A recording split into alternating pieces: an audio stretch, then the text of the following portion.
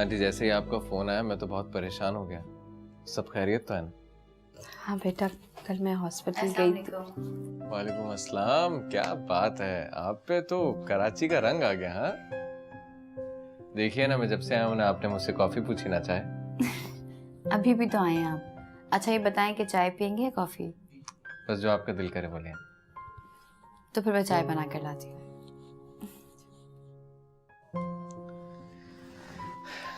जी तो आप कुछ हॉस्पिटल के बारे में बात कर रही थी आंटी। हाँ बेटा, मैं यहाँ कराची सारा की वजह से आई हूँ। कल उसके टेस्ट करवाए मैंने। जी फिर? बेटा, जो बात मैं तुम्हें बता रही हूँ वो सारा को पता नहीं चलनी चाहिए। सारा कुछ दिन पहले कॉलेज में बेहोश हो गई थी। मैं उसको हॉस्पिटल लेकर गई। फिर उसके बाद मुझे ये पूरी खबर मिली कि उसे कैंसर हो गया। क्या कह रही हैं आंटी आप? कैंसर? प्लीज बेटा आहिस्ता बोलो। आपने इतनी बड़ी बात सारा से कैसे छुपाई आंटी? मेरा मतलब ये है कि डॉक्टर्स तो आजकल डिस्कस करते हैं मरीज से खुद, तो किसी ने सारा को खुद कुछ नहीं बताया?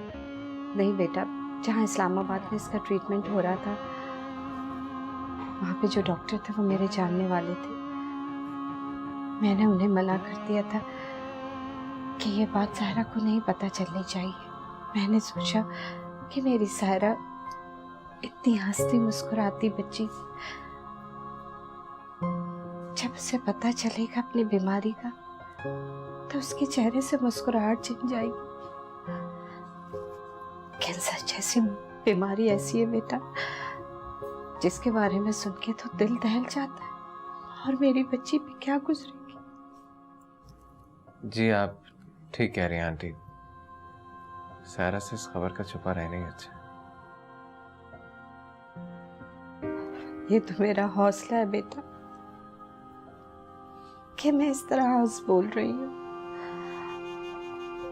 ताकि मेरी सारा को कुछ पता ना चल सके। कोई मेरे दिल से पूछे, पहले मैंने अपने शौहर को खोया और अब। आंटी आप परेशान मत हो, सारा दिखने में बिल्कुल फिट है। कोई उसे देखकर ये नहीं कह सकता कि उसे कोई बीमारी है। आंटी अभी तो आपने सिर्फ इस्लामाबाद में टेस्ट कराया ना, आप कराची में टेस्ट करवाएं। यहाँ की टेक्नोलॉजी वहां से ज्यादा एडवांस है, इंशाल्लाह कोई अच्छा ही रिजल्ट आएगा। हम लोग इसीलिए यहाँ पे आए हैं कराची बेटा। कल सारा क्या हो, कुछ टेस्ट और है। बस दुआ करो कि कोई और बुरी खबर मुझे सुनने को ना मिले,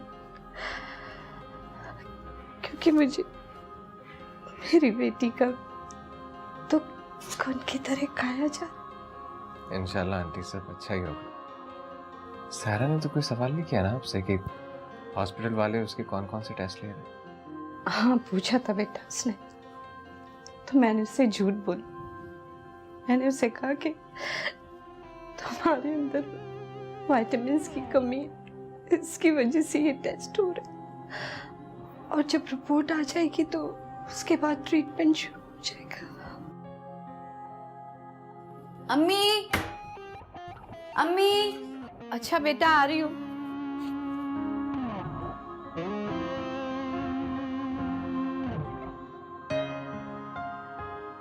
हाँ सारा।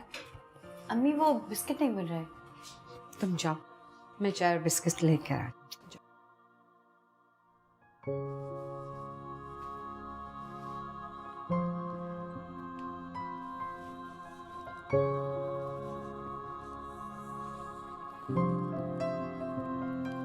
एहसन, आप तो ऐसे सोचो में गुम है, इससे आपका बहरी जहाज डूब गया। आप भी तो चाय बनाने ऐसे निकली जैसे किसी जंग पे चली गई हो। मुझे लगा मैंने आपसे फरमाइश करके कुछ गलती कर दिया। कम से कम अगर आपसे फरमाइश ना करता तो 2 घड़ी आप मेरे साथ तो बैठते। आपसे जब भी बात हुई बस 2 घड़ी बात हुई, पता नहीं आपने अपनी जिंदगी की बाकी घड़ियां किसके नाम कर रखी हैं। छोटी सी तो जिंदगी है, किसके नाम करूं? वैसे आपने बताया था कि कराची में आपका अपना ऑफिस है। जी मेरी अभी भी वही स्टेटमेंट है, आप चाहें तो आके ऑफिस चेक कर सकती हैं। वैसे आपकी कार की टक्कर मेरी जॉब से टकरा गई थी। मैं कुछ समझा नहीं। एक्चुअली वो मेरा जॉब का पहला और आखिरी दिन था। जब मैं 3 दिन छुट्टी के बाद ऑफिस गई तो उन्होंने मुझे निकाल दिया।